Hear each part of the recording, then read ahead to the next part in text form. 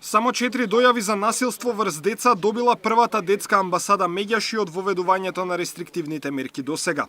Меѓутоа, велат дека тој број е доста поголем, бидејќи во нормални услови не се пријавуваат сите инциденти, а денес тоа е уште потешко.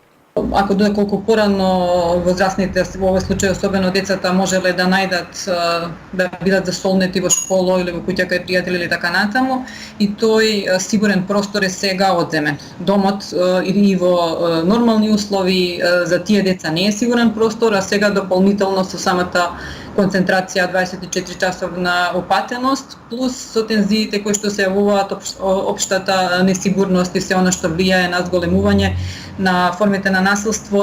Од меѓаши велат дека во моментот лимитирани се можностите за делување, а се бара начин како жртвите поедноставно да пријавуваат, но и да бидат позаштитени. Од Труд и социјала пак велат дека нема зголемен број на пријави за семено насилство, меѓутоа во реалноста таа бројка е многу поголема.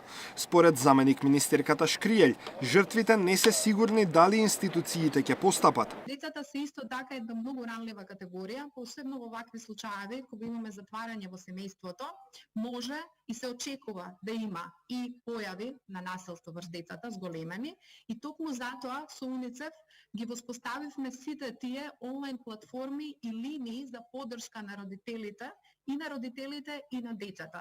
Родителите кои се под притисок преку линијата за позитивно родителство можат да побараат поддршка за тоа како да се справат со предизвиците од кризата.